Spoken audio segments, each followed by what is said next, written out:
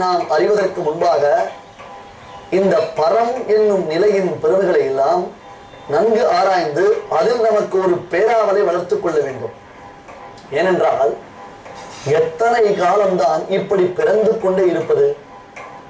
சுவாமி ராமானுஜர் கண்ணன் அருளி செய்த பகவத்கீதைக்கு அற்புதமான ஒரு பாஷ்யத்தை அருளி செய்திருக்கிறார். அந்த ராமானுஜன் பாடியதற்கு இந்த ராமானுஜன் தெளிவுரை எழுதியது எவ்வளவு பொருத்தமாய் அமைந்திருக்கிறது. அந்த ராமானுஜன் யார்? கண்ணனின் தமையன் பலராமன். அனுஜன் என்றால் தம்பி. ராமஸ்ய அனுஜகா ராமானுஜகா. பலராமனுடைய தம்பி கண்ணன் கீதை சொன்னான். அந்த கீதையின் உள்பொருளை, கீதையில் கண்ணனுடைய திருவுள்ளம் என்ன, வார்த்தை அறிபவர் மாயவர் காலன்று யாவரோ என்னும்படியாக கண்ணன் உழைத்ததான அந்த கீதையின் உள்பொருள் என்ன, இதனை நம் ராமானுஷன், நம்முடைய உடையவர், நம்முடைய ஸ்ரீபாஷ்யக்காரர் பல வியாக்கியானங்களை அற்புதமாக அருளியதின் காரணத்தினால் என்றோ அவருக்கு ஸ்ரீபாஷ்யக்காரர் என்னும் திருநாமம் ஏற்பட்டது. இந்த ஸ்ரீபாஷ்யக்காரர் என்னும் திருநாமத்தை சாட்சாத் சரஸ்வதி தேவியே சுவாமி ராமானுஜருக்கு அருளினாளாம். என்ன ஒரு பெருமை!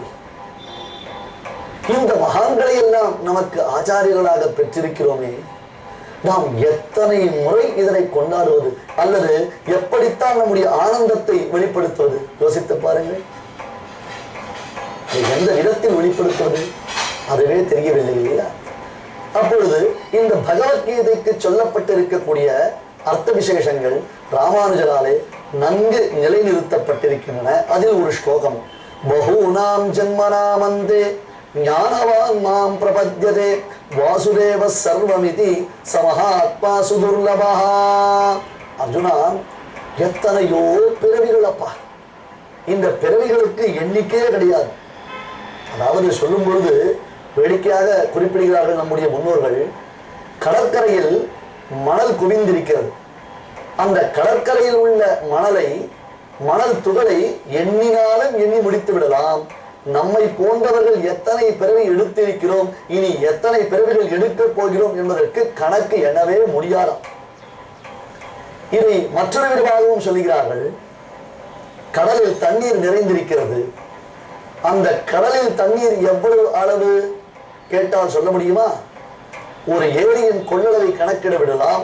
இந்த ஏரியில் இவ்வளவு நீர் நிறைந்திருக்கிறது, ஒரு குளத்தில் இவ்வளவு நீர் நிறைந்திருக்கிறது, அல்லது நதிகளில் வெள்ளப்பெருக்கு ஏற்படும் பொழுது இத்தனை டிஎம்சி தண்ணீர் என்பதாக ஒரு கணக்கு, ஒரு அளவு வைத்திருக்கிறோம் அல்லவா?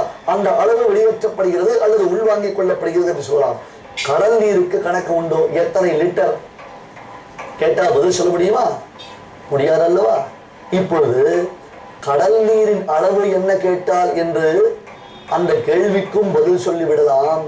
நாம் பிறந்து பிறந்து பிறந்து நம் தாயினிடத்தில் பால் பருகி இருக்கிறோமே, அதன் கணக்கு என்ன என்று கேட்டால் சொல்லவே முடியாது.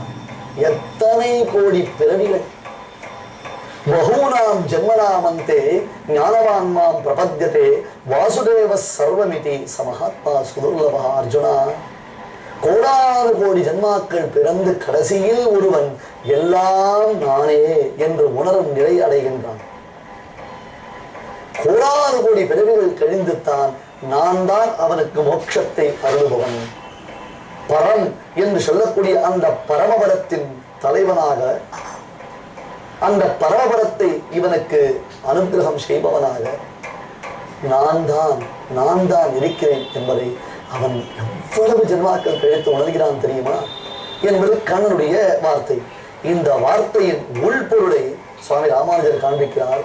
பல பிறவிகள் என்றால் மேலெழுந்த வாரியாக அடுத்து அடுத்து அடுத்து என்பதாக பிறவிகளை நினைத்துக் கொள்ளக்கூடாதாம். பகூனாம் புண்ணிய ஜென்மனாமந்தே. எத்தனையோ புண்ணிய பிறவிகளில் நாம் செய்த தவம், யஜ்ஞம், தானம், அர்ச்சனை, பூஜனை இவற்றின் பலன்தான் இன்று ஒரு 10 நிமிடங்கள் சுவாமி ராமானுஜரின் பெருமைகளை கேட்கும் வாய்ப்பு கிடைத்திருக்கிறது. அவர் வைகுண்ட கத்தியத்தில் வர்ணித்திருக்கக்கூடிய பரம பதத்தினுடையதான வைபவங்களை நாம் அறியும் வாய்ப்பு நமக்கு கிடைத்திருக்கிறது. இது ஒரு அதிருஷ்டமாயிற்று.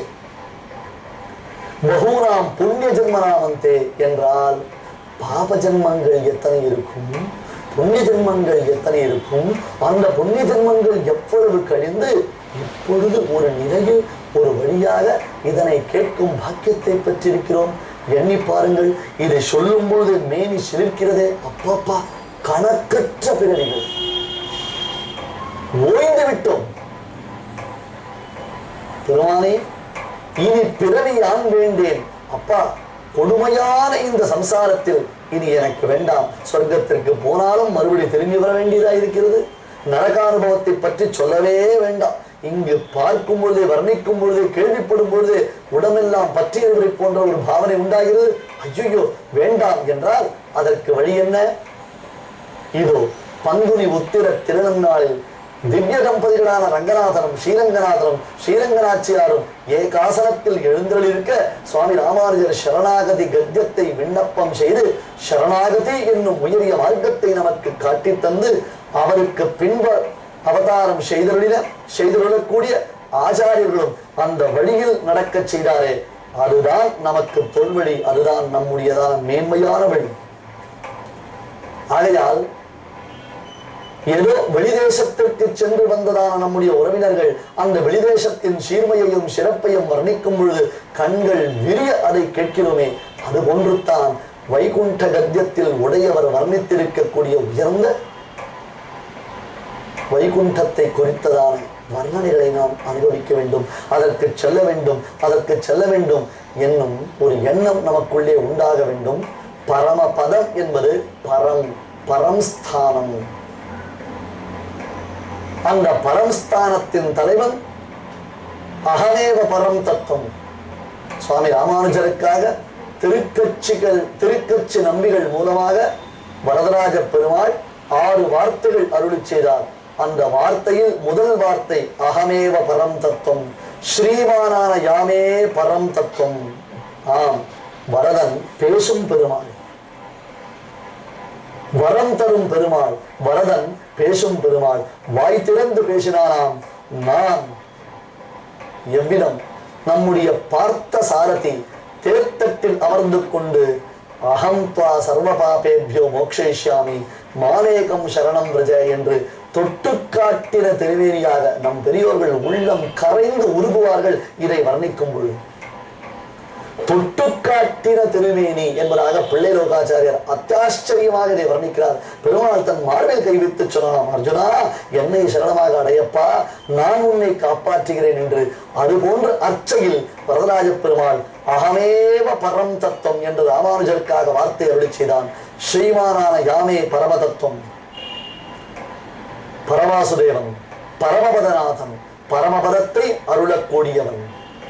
ஆகையால் தான் ஸ்ரீரங்க கஷேத்திரத்தில் பிரணவாகார விமானத்தில் பெருமானை சேவிக்கின்றோம். பெருமானை ரங்கநாதனை உள்ளே மூலஸ்தானத்தில் சென்று சேவித்து விட்டு வெளியே வந்து அப்படி பிரதட்சணமாக அந்த கிளிமண்டபத்தில் வந்தோமேனால் அங்கே மேலே பரவாசுதேவனை சேவிக்கிறோம். பிரணவாகார விமானத்தில்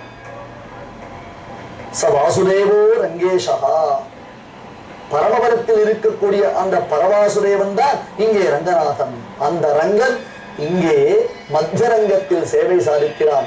அந்த ரங்கனை நாம் சேவிக்கும் பொழுது நம் அந்தரங்கம் சுத்தமடைகின்றது. நம் அந்தரங்கத்துக்குள்ளே ஒரு பூரிப்பு உண்டாகிறது அல்லவா? எம்பெருமானுடைய 5 நிலைகளில் முதல் நிலை பரம் என்னும் ஒரு நிலை. பாஞ்சராத்திரம் முதலான சாஸ்திரங்கள் இவற்றை நன்கு விளக்கி காண்பிக்கின்றன. அந்த பரம் என்பதற்கு அடுத்த நிலை வியூகம் என்பது பெயர். இது பகவானுடைய 2வது நிலை.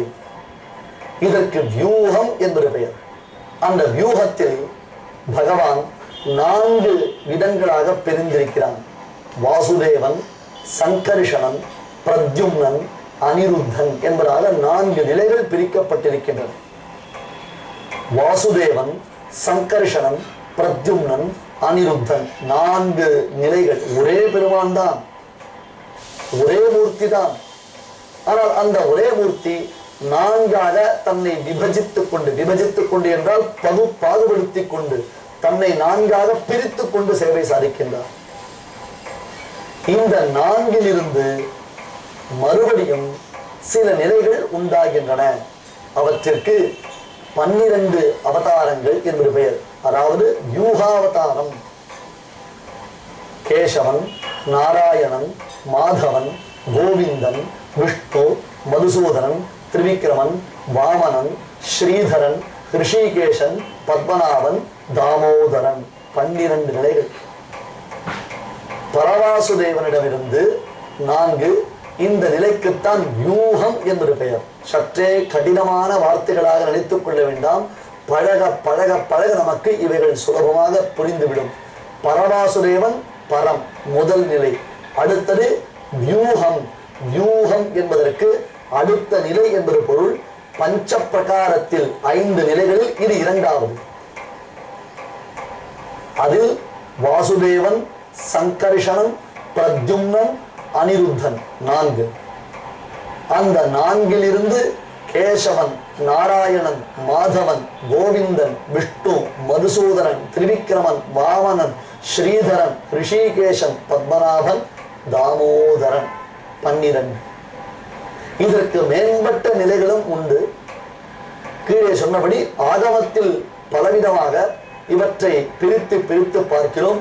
இங்கே ஒவ்வொரு நிலைக்கும் பெருமானுடைய திருமேனியில் நிறங்கள் மாறுபடுகின்றன. அந்த திருமேனியில் ஆயுதங்கள் மாறுபடுகின்றன. அந்த திருமேனியில் ஆபரணங்கள் மாறுபடுகின்றன. ஏன்? பிராட்டியினுடைய திருநாமமும் அந்தந்த நிலைகளுக்கு ஏற்றார் போலே மாறுதலை அடைகின்றது. ஒரே மகாலட்சுமிதான், ஒரே விஷ்ணுதான் தற்போது வாசுதேவன், சங்கர்ஷன் என்றும் கேசவன், நாராயணன் என்றும் மாறுகிறார் அல்லவா? அதுபோல ஸ்ரீ என்றும் மகாலட்சுமி என்றும் பத்மோத்பவா என்றும் இப்படியாக பிராட்டிக்கு பல திருநாமங்கள் உண்டு. அமிர்தோத்பவா, விஷ்ணுவல்லபா, ஹரிப்பிரியா என்றெல்லாம் அவளுடைய திருநாமங்கள். ஏனென்றால் யத்பாவேஷு பிரதக் விதேஷு அனுகுணான் பாவான் ஸ்வயம் பிப்ரதி. எந்தெந்த அவதாரங்கள் பகவானால் எடுக்கப்படுகின்றனவோ அந்தந்த அவதாரங்களில் அவனுக்கு தக்கபடியாக எல்லா நிலைகளிலும் அவனுக்கு தகுந்த மனையாளாக பிராட்டியுடைய அவதாரமும் ஏற்படுகின்றது. இப்படி பரம் என்னும் நிலைக்கு அடுத்ததான நிலை வியூகம் என்பது விளங்குகின்றது. இந்த வியூகத்திலிருந்து உண்டாகுவதுதான் விபவங்கள் என்னும் அவதாரங்கள். விபவங்கள் என்னும் அவதாரங்கள். விபவம் என்றாலேயே இந்த இடத்தில் நாம் அனுபவிக்கும்படியாக ராமாவதாரம், கிருஷ்ணாவதாரம், வாமனாவதாரம், நரசிம்மாவதாரம் என்று அவதாரங்கள் உண்டாயிற்று. அத்தகைய அவதாரங்களுக்கு விபவாவதாரங்கள் என்பது பெயர். இதனை நம் ஆழ்வார்கள் மங்களாசாசனம் செய்கின்றார்கள், ஆச்சாரியர்கள் மங்களாசாசனம் செய்கின்றார்கள். பஞ்ச பிரகாரமான இந்த திருமேனியும் ஆகம சாஸ்திரங்களில் சொல்லி இருக்கும்படியாக நம் ஆழ்வார்கள் ஆச்சாரியர்கள் காண்பித்து வருகிறார்கள். அவர்கள் காட்டிய வழியில் மேலும் இதன் பிரபாவங்களை நாம் தொடர்ந்து அனுபவிக்கலாம். ஓர் அறிவிப்பு. ஆகஸ்ட் 13